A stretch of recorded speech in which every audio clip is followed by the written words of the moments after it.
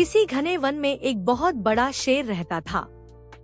वह रोज शिकार पर निकलता और एक ही नहीं, दो नहीं, कई कई जानवरों का काम तमाम देता। जंगल के जानवर डरने लगे कि अगर शेर इसी तरह शिकार करता रहा तो एक दिन ऐसा आएगा कि जंगल में कोई भी जानवर नहीं बचेगा। सारे जंगल में सनसनी फैल गई। शेर को रोकने के लिए कोई न कोई उपाय करना जरूरी था। एक दिन जंगल के सारे जानवर इकट्ठा हुए और इस प्रश्न पर विचार करने लगे।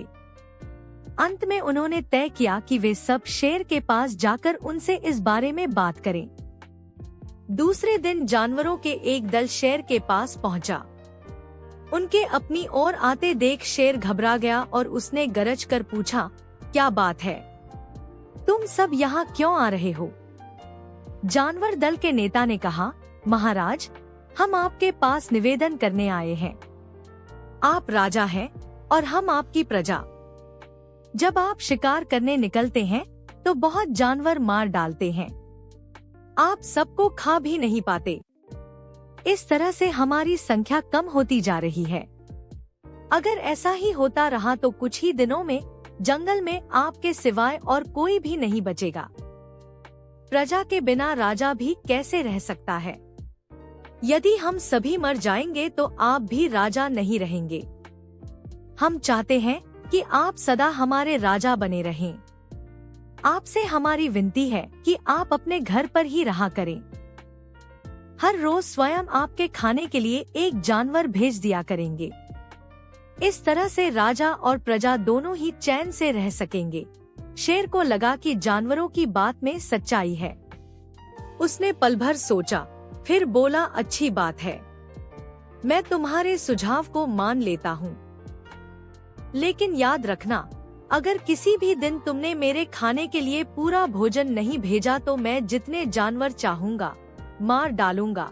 जानवरों के पास तो और कोई चारा नहीं। इसलिए उन्होंने शेर की शर्त मान ली और अपने अपने घर चले गए। उस दिन से हर रोज शेर के खाने के लिए एक जानवर भेजा जाने लगा।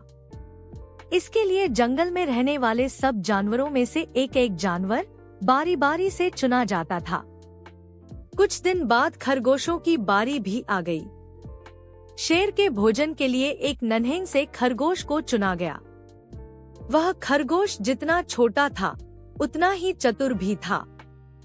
उसने सोचा, बेकार में शेर के हाथों मरना मूर्खता है। अपनी जान बचाने का कोई न कोई उपाय अवश्य करना चाहिए और हो सके तो कोई ऐसी तरकीब ढूंढनी चाहिए जिससे सभी को इस मुसीबत से सदा के लिए छुटकारा मिल जाए। आखिर उसने एक तरकीब सोच ही निकाली। खरगोश धीरे धीरे आराम से शेर के घर की ओर चल पड़ा। जब वह शेर के पास पहुंचा तो बहुत देर हो चुकी थी। भूख के मारे शेर का बुरा हाल हो रहा था। जब उसने सिर्फ एक छोटे से खरगोश को अपनी ओर आते देखा तो गुस्से से बौखला उठा और गरज कर बोला, किसने तुम्हें भेजा है? एक तो पिद्दी जैसे हो, दूसरे इतनी देर से आ रहे हो। जिन बेवकूफों ने तुम्हें भेजा है मैं उन सबको ठीक करूंगा। एक एक का काम तमाम न किया तो मेरा नाम भी शेर नहीं। नन्हे खरगोश ने आदर से जमीन तक झुककर, महाराज, अगर आप कृपा करके मेरी बात सुन ले तो मुझे या और जानवरों को दोष नहीं देंगे। वे तो जानते थे कि एक छोटा सा खरगोश आपके भोजन के लिए पूरा नहीं पड़ेगा, इसलिए उन्होंने 6 खरगोश भेजे थे। लेकिन रास्ते में हमें एक और शेर मिल गया। उसने 5 खरगोशों को मारकर खा लिया। यह सुनते ही शेर दहाड़ कर बोला, क्या कहा? दूसरा शेर? कौन है वह? तुमने उसे कहाँ देखा? महाराज, वह तो बहुत ही बड़ा शेर है। खरगोश ने कहा, वह जमीन के अंदर बनी एक बड़ी गुफा में से निकला था। वह तो मुझे ही मारने जा रहा था।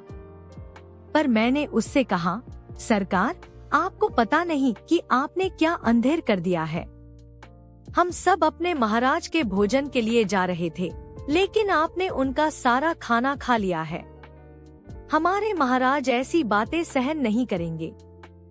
वे जरूर ही यहाँ आकर आपको मार डालेंगे। इस पर उसने पूछा, कौन है तुम्हारा राजा? मैंने जवाब दिया, हमारा राजा जंगल का सबसे बड़ा शेर है।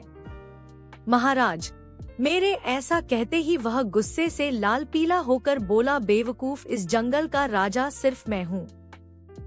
यहाँ सब जानवर मेरी प्रजा है। मैं उनके साथ जैसा चाहूँ वैसा कर सकता हूँ।